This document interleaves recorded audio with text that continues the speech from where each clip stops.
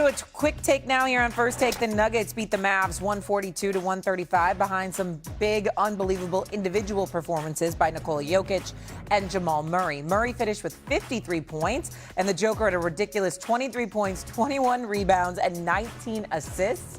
It's like a different meaning to triple-double. Stephen A., what is more impressive in today's NBA, Murray's 53 or Jokic's 23, 21, 19? Well, of course it's Jokic because it's a triple-double. The man can't jump onto a curb, and you can't stop him. I just continue to marvel at his greatness. He can't jump onto a curb, and there's nothing you can do about him. He's an exceptional passer. He's an exceptional scorer with a great feel for the game. He never cheats the game with effort, and he just wobbles up and he wobbles in and out of arenas, just destroying one piece of competition after another. There's no one that can compare with what he brings to the table. I can't say enough about him. But I also look at Jamal Murray, who I've always been a fan of. And I am telling you right now, I don't give a damn who you point to in the Western Conference. If Jamal Murray is going to give you games like that, Denver can beat anybody. You cannot summarily dismiss Denver when Jamal Murray and Jokic are clicking. Yeah. It has to be both of them, because OKC and San Antonio are that good, and the Lakers are not anything to sneeze at either.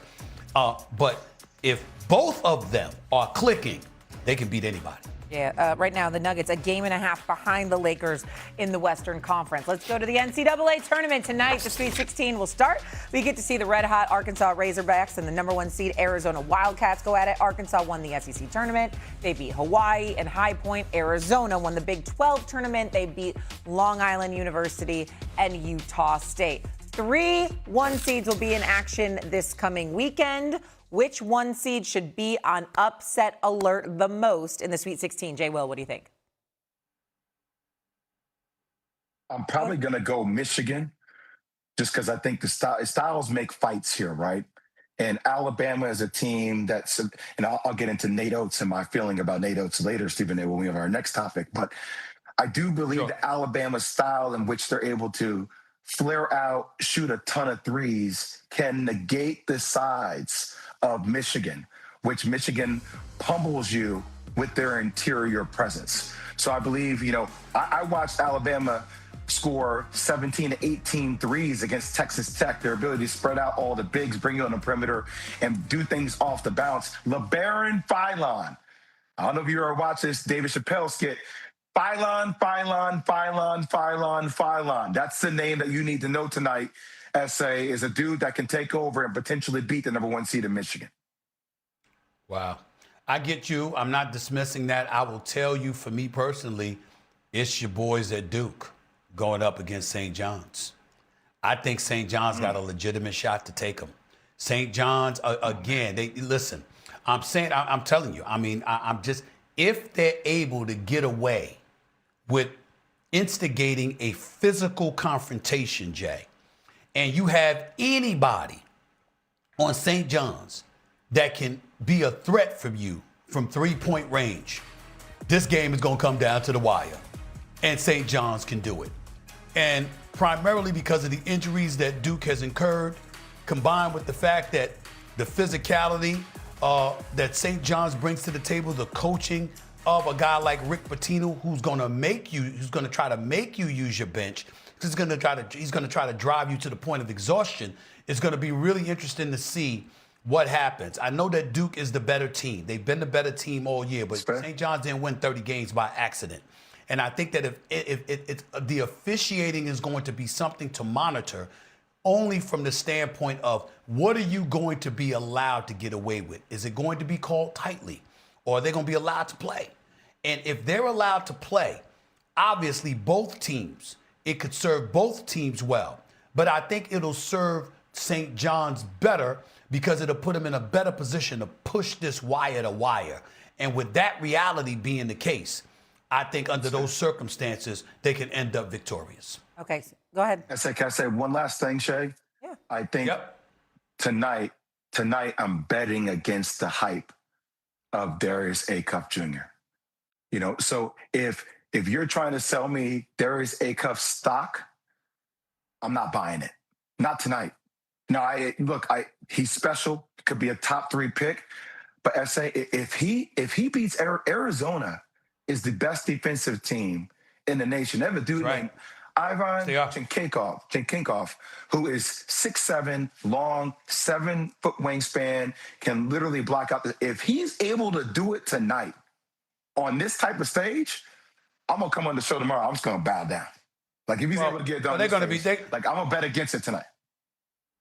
I know Calipari well enough to know he's going to call a lot of picks for screens for this brother to make sure you get that 6'7" cat off of him, no doubt about it. But Bradley and Burries are no joke either. That's a backcourt to, that's somebody. That's a tandem rather to pay attention to. So I get that, and I get what you're saying because I do think that Arizona is the elite team. I'm with you. I picked them to win the national championship, but I've seen stars ascend and take you places that you didn't think they could. And my attitude is this. You're saying you don't see that guy tonight. I have a wait and see attitude about the guy that night. I've been waiting for this matchup because I want to see if Darius Auff Jr. is going to be the same dude we've been talking about going up against Arizona tonight. That's what I've been waiting to see, Jay, because I think that's going to cement his stature. If he's averaging 30 and 7 coming into this. Jay, if he shows up and drops 35, 36 tonight against Arizona, even in a loss, let's say, for example, it's a tight game and a play here or there decides the outcome, but Darius Auff Jr. is balling and putting up 30-plus on these brothers, I don't think there's going to be any more question marks about who the hell he is. So we just laid out all the games that are going up against one seeds tonight, but in terms of most intriguing Sweet 16 game, who you guys got? If you want to go back to one you already brought up, no problem. Jay, most intriguing Sweet 16 game? I'm going to watch the Illinois game. Now, there are a lot of players in the draft, right, that we're going to end up talking about when we get closer to the NBA draft. But whenever I talk to scouts, Stephen A., it's the one thing that almost gets used a little bit against Darius Auff Jr. Scouts love talking about positional height and size. When you think about what the league is now, you have wings 6'7", 6'8". You have guards 6'5", names like Kingston Flemings, who's 6'4", 6'4.5".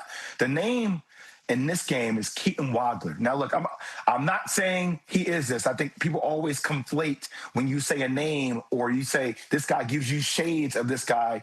People at home assume that he is that guy. I'm not saying that. But there are shades of Stephen Curry with the way Keaton Wagler shoots the rock from anywhere on the court for Illinois. And they get up a lot of points in a hurry. And positional size-wise, he's 6'6", 6'7". And he can shoot that ball from anywhere. So I think you're going to see a very dynamic game with the way Illinois is able to play. And that's a game I'll keep my eye on. Illinois against Houston. I don't blame you. I don't blame you for that. But I'm going back to Arkansas, Arizona. I don't give a damn about anything compared to what I care about with this game. I want to see what Darius Auff Jr. is going to do against Arizona. That's what I want to see. Most people got Arizona winning the national championship.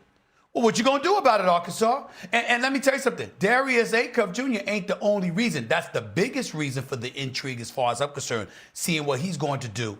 But I don't want to use the word put on blast. I've known John Calipari for over 30 years. I was covering Temple as a beat writer for the Philadelphia Inquirer when he was at UMass with Lou Rowe and Mike Williams and Marcus Camby and all of those brothers. John Calipari and I go back a long ways. A dear friend of mine is an assistant coach on his staff, longtime assistant Bruiser Flint. He used to coach at Drexel, his assistant coach in UMass and Arkansas now, whatever. A brother I love dearly. Haven't seen in a long time, but got a lot of love for him.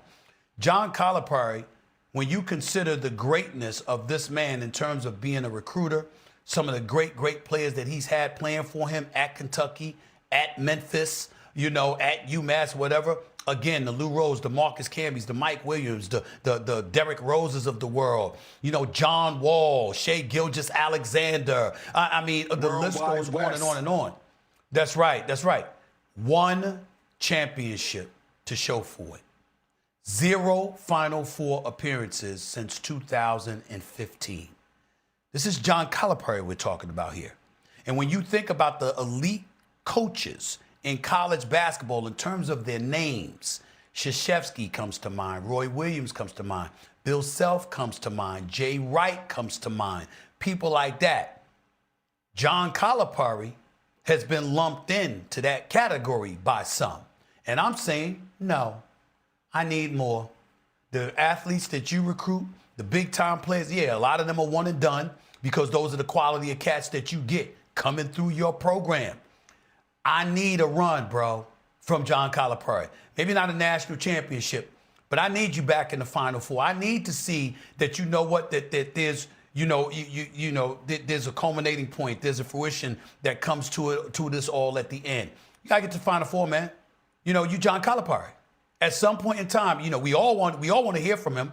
We all want to get quotes from him. We all want to hear him bless us, with his soliloquies about the state of sports and college sports and all of this other stuff. We know who the hell John Calipari is, and he deserves the praise and the acclaim. I love him to death, but I need a run. Since 2015,